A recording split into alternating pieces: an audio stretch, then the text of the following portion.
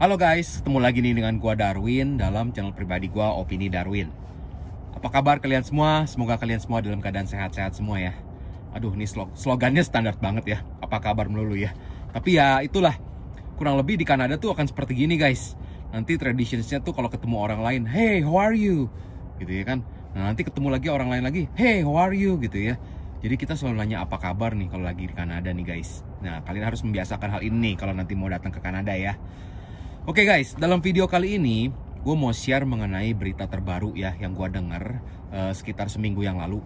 Jadi hari ini nih awal Maret dan gue baru baca beritanya itu beberapa hari yang lalu ya. Entah kenapa gue bisa miss berita ini, tapi ini berita yang mengembirakan buat penduduk di Ontario. Pemerintah akan memulangkan kembali uang yang telah kita bayar untuk license plate sticker.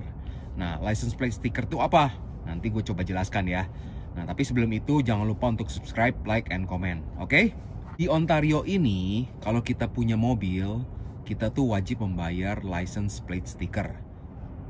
Nah, license plate sticker itu apa? Nah, gue coba jelaskan ya dengan bahasa sehari-hari biar lebih mengerti ya. Jadi, kalau bagi pemilik mobil di Ontario, kita tuh wajib membayar yang namanya license plate sticker tiap tahunnya. Nah, biayanya itu kalau kita tinggalnya di Southern Ontario ya, di daerah dekat dengan Lake Ontario itu $120 per tahun, guys. Nah, jadi kurang lebih miripnya seperti begini deh. Kalau di Indonesia kan kita bayar pajak kendaraan bermotor tuh ya. Kita bayar tahunan kan. Di sini tuh nggak ada STNK, guys. Adanya itu license plate sticker. Nah, kita bayar tahunan sebesar $120. Nah, setelah kita bayar $120, kita akan dapat stiker. Stikernya itu kita tempel di plat mobil yang belakang ya, di pantat mobil belakang, dan ditaruhnya itu di kanan atas ya. Nah, tiap tahun kita harus membayarkan tadi $120 tuh yang gue udah jelaskan ya. Nah, pemerintah Ontario baru menerbitkan peraturan baru di mana katanya kita tidak perlu membayar license plate sticker ini lagi. Nah, untuk periode yang kita sudah bayar dari bulan Maret 2020 sampai dengan Maret 2022 itu kita akan di-refund. Dan di-refundnya itu akan dalam bentuk cek, dan ceknya itu akan dikirim ke alamat kita guys. Nah, itu yang gue baca. Wah, tiba-tiba ada rezeki nomplok ya. Gue nggak nyangka gue akan dapet refund dari license plate sticker yang gue bayar di periode itu tuh guys. Nah, untuk hal ini sebenarnya gue nggak ada maksud mau pamer untuk hal ini ya, nggak ada. Gue mau share kepada kalian bahwa pemerintah di Kanada ini memang sangat baik. Dalam arti kalau memang itu uang harus dikembalikan ke rakyat, mereka akan kembalikan ke rakyat. Prosesnya juga nggak ribet, nggak penuh birokrasi.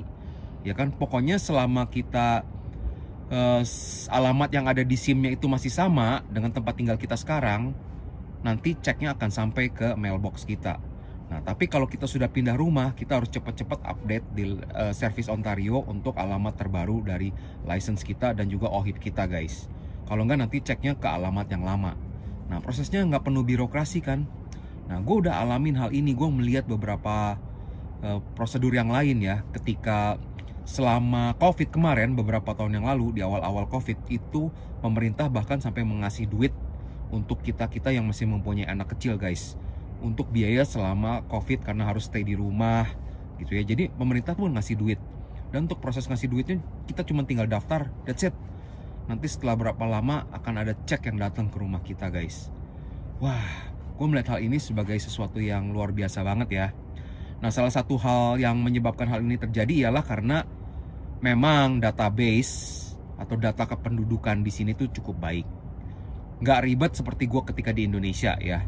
Jadi di sini tuh gue nggak pernah bawa KTP kemana-mana guys, karena memang nggak ada KTP. Jadi kalau gue butuh kartu identitas, gue pakai apa? Gue pakai SIM aja, udah cukup. Simpel kan? Nah, kalau di Indonesia gue inget kalau mau ngurus sesuatu kadang-kadang udah harus ada KTP, harus ada KK, harus ada akte lahir lagi, ya kan? Padahal KTP itu dibuat karena ada KK, ya kan? Kalau kita udah tunjukkan kakak, berarti otomatis punya KTP juga dong ya logikanya kalau kayak gitu.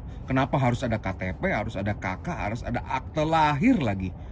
Padahal data yang kelahiran di kita di KTP itu kan dari akte lahir. Nah, jadinya prosesnya cukup ribet ya kalau gue bilang ya. Nah, tapi kalau di sini tuh bener-bener lebih praktis. Kadang-kadang gue cuman, ya udah SIM aja gitu ya, untuk membuktikan kalau lagi datang ke bank dia butuh identitas, that's it gitu. Nah, gue bukan berarti mau menjual bahwa pemerintah Kanada itu luar biasa banget, bagus banget, rapi banget. Yang namanya skandal mah ada-ada aja pernah terjadi guys. Nggak adalah pemerintah yang sempurna. Tingkat servisnya dari pemerintah di sini tuh jauh lebih baik dengan ketika gue alamin di tempat gue yang tinggal dulu lah. Gue nggak mau sebut namanya ya.